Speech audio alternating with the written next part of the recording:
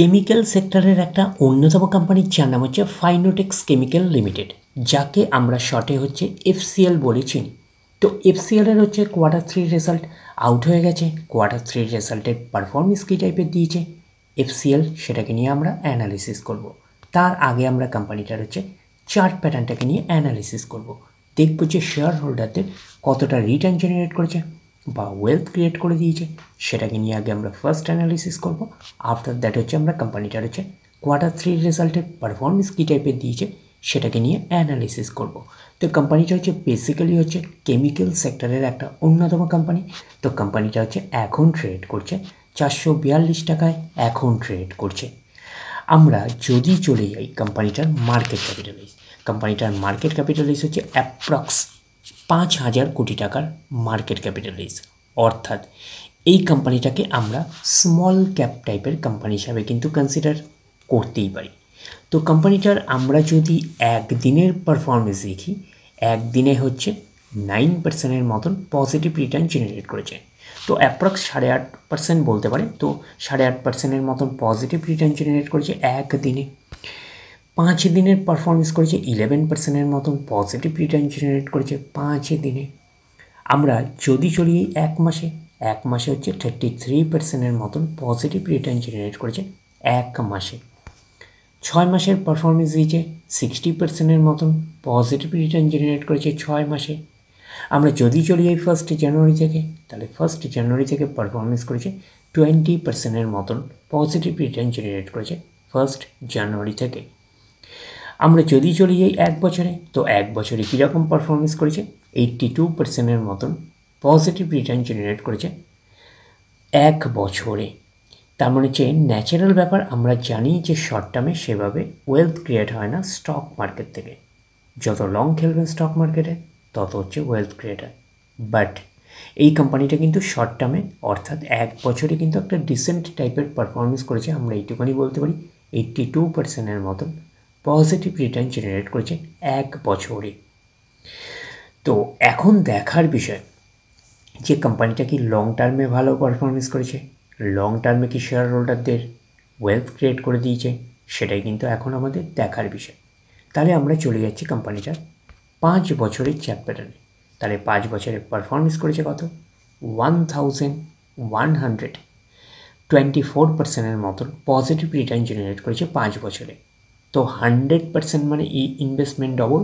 তো আমরা ইনভেস্টমেন্টকে এইটুখানি বলতে পারি 12 গুণের কিন্তু কাছাকাছি করে দিয়েছে 5 বছরে। তো 5 বছরে কিন্তু হিউজ ওয়েলথ ক্রিয়েট করে দিয়েছে শেয়ার হোল্ডারদের, আমরা কিন্তু এইটুখানি বলতেই পারি। তো এইবারে আমরা চলে যাব কোম্পানিটার ম্যাক্সিমাম চার্ট প্যাটার্নে। তাহলে ম্যাক্সিমাম চার্ট প্যাটার্ন হিসাবে পারফরমেন্স করেছে 1773% মতন পজিটিভ রিটার্ন জেনারেট করেছে অল টাইম বা ম্যাক্সিমাম। তো কোম্পানিটা লিস্টেড হয়েছে কবে 2015-এ। তাহলে 2015 থেকে কিন্তু এখনও অবধি রিটার্ন জেনারেট করেছে 1773% মতন পজিটিভ রিটার্ন জেনারেট করেছে অল টাইম বা ম্যাক্সিমাম। তো ম্যাক্সিমাম চার্ট প্যাটার্নটা কিন্তু লেফট টু রাইট উপরের দিকে মুভ করছে।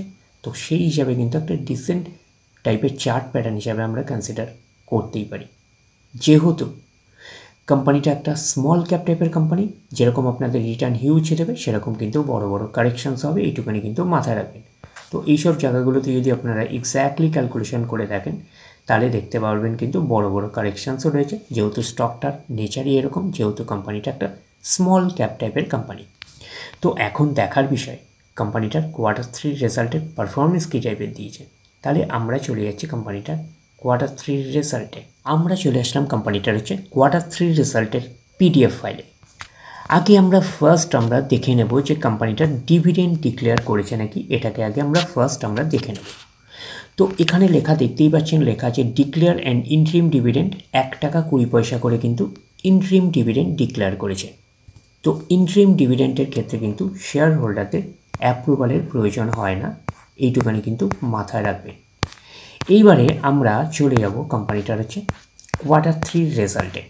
দেখব যে কোয়ার্টার 3 রেজাল্টের পারফরমেন্স কী টাইপের দিয়েছে। তো আপনারা স্ক্রল ডাউন করে দেখবেন যে কত নাম্বার পেজে দিয়েছে। তো মোটামুটি 8 নাম্বার পেজে আমরা পেয়ে যাচ্ছি। তো 8 নাম্বার পেজে আমরা পেয়ে যাচ্ছি কোয়ার্টার 3 রেজাল্ট। এইবারে আমরা দেখে নেব যে সিকোয়েন্সগুলো ঠিকঠাকভাবে সাজানো রয়েছে নাকি। এটাকে আগে আমরা দেখে নেব। এটা হচ্ছে এই কোয়ার্টার, মিনস হচ্ছে Q3, এটা হচ্ছে প্রিভিয়াস কোয়ার্টার, আর এটা হচ্ছে 1 বছর আগে। তাহলে সিকোয়েন্সগুলো ঠিকঠাকভাবে সাজানো রয়েছে, আমরা এইটুকুনি বলতে পারি। এইবারে আমরা দেখে নেব যে অ্যামাউন্টগুলো কিসে দিয়েছে। তো অ্যামাউন্টগুলো কিন্তু ল্যাক্সে দিয়েছে অ্যামাউন্টগুলো। এইবারে আমরা চলে যাব হচ্ছে টোটাল ইনকামে। তো টোটাল ইনকামে যাওয়ার আগে একটু অ্যাডজাস্ট করে নেব, তাহলে আপনাদের কাছে ব্যাপারটা আরও ভিজিবল হবে। তো এইবারে আমরা চলে আসলাম কোম্পানিটার টোটাল ইনকামে। তাহলে কী পাচ্ছি, এই কোয়ার্টার মিনস হচ্ছে Q3-তে কত আছে, 14,338।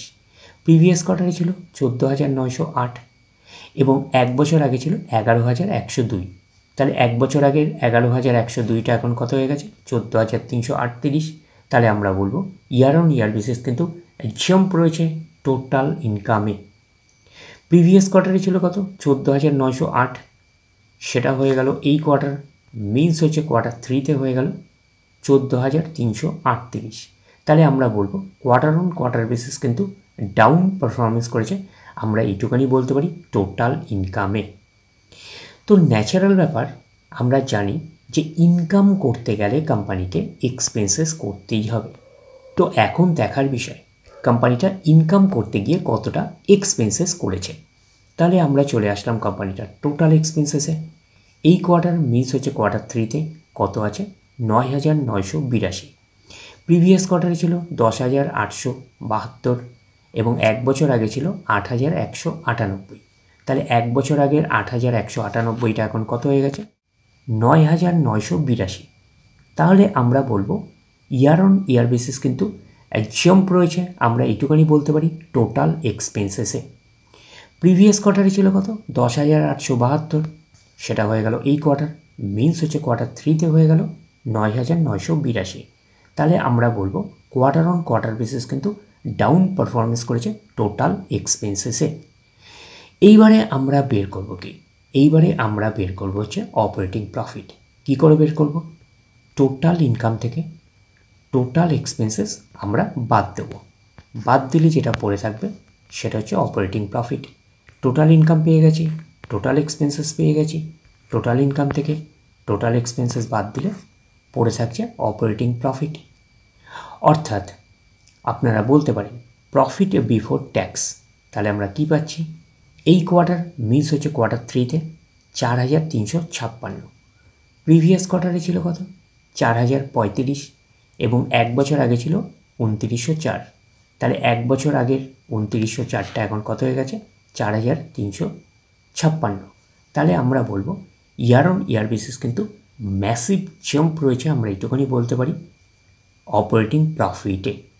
প্রিভিয়াস কোয়ার্টারে ছিল কত, 4,035, সেটা হয়ে গেল এই কোয়ার্টার, মিনস হচ্ছে Q3-তে হয়ে গেল 4,356। তাহলে আমরা বলবো কোয়ার্টার অন কোয়ার্টার বেসিসও কিন্তু জাম্প রয়েছে অপারেটিং প্রফিটে। তো অপারেটিং প্রফিটটাই নিশ্চয়ই কোম্পানির মেন প্রফিট নয়। তারপরে কি করতে হবে, গভর্নমেন্টকে ট্যাক্স পে করতে হবে। গভর্নমেন্টকে ট্যাক্স পে করার পরে কোম্পানির কাছে যেটা পড়ে থাকবে সেটা কোম্পানির ফাইনাল প্রফিট বা নেট প্রফিট হিসাবে আমরা কনসিডার করতে পারি। তাহলে কি পাচ্ছি, প্রফিট আফটার ট্যাক্স। তাহলে পাচ্ছি কত, এই কোয়ার্টার মিনস হচ্ছে Q3-তে 3,292, প্রিভিয়াস কোয়ার্টারে ছিল কত, 3,149 এবং 1 বছর আগে ছিল 2,247। তাহলে 1 বছর আগের 2,247টা এখন কত হয়ে গেছে, 3,292।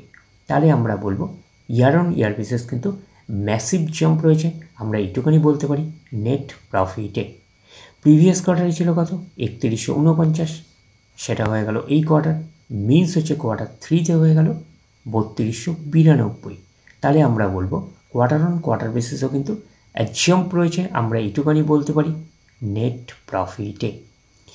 এইবারে আমরা কি করব, এইবারে আমরা চলে যাব কোম্পানিটার ইপিএসে অর্থাৎ আর্নিং পার শেয়ারে।